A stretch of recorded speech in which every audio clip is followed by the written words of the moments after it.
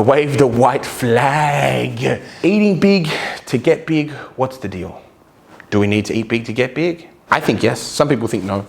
However, there's a nice middle ground that I think should be acknowledged. So let's talk about it.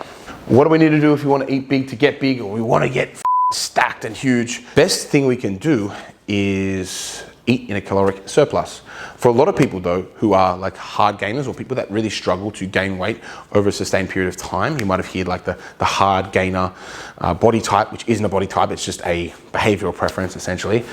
Most people that are really skinny struggle to eat. So if you can imagine, your calories are lower because you're eating less. So what does that really mean? We want a surplus of around 600 cal per day. Now that's going to yield about a half a kilo weight gain per week. Now, if we stick to that, ideally over, let's say 20 weeks, we're probably going to gain somewhere in the realm of 10 kilos over 6 months.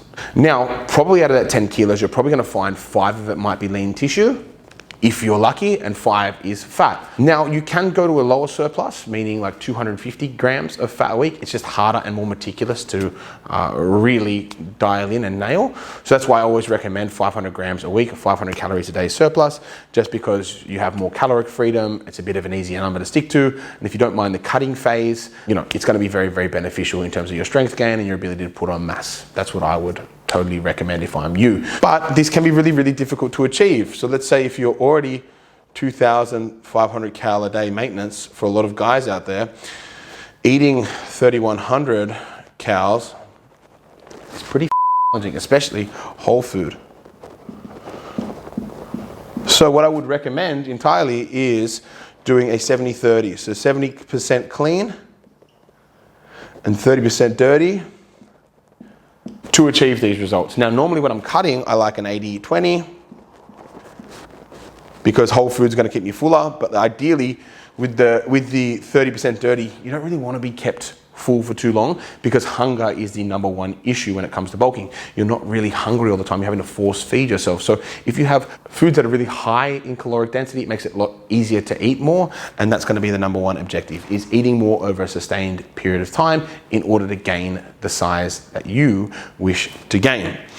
Those are the key takeaways. Now, it is really, really difficult. So if you find yourself leaning more towards dirty food, all I really recommend is you nailing your protein targets. So let's say if you're a 80 kilo guy and you want to get to 90, I'd recommend eating about 180 to 200 grams of protein per day. That way you can hit your protein targets, so like everything you need in order to recover and grow your body to keep putting on lean muscle tissue, and then you can just backfill everything with whatever it is that you like. So if you're really finding it hard to stick to that caloric goal clean, I'd recommend just nailing your protein targets, lots of steak, lots of chicken, lots of eggs, whatever protein shakes, and then backfill with the foods that you do enjoy. Now that can be shit food, I don't advise that, but sometimes you just got to do what you got to do to get the job done. Okay, and these are some of the ways that I would encourage you to do that. Hope this video helps, and if you liked it, great, and if you didn't, go Team, if you liked that video, be sure to click here for your next video, or here for something that you may like, all that sort of stuff, and make sure you subscribe and click the notification bell to make sure you get all our videos. We make at least one video daily on a different topic. See you on the next one.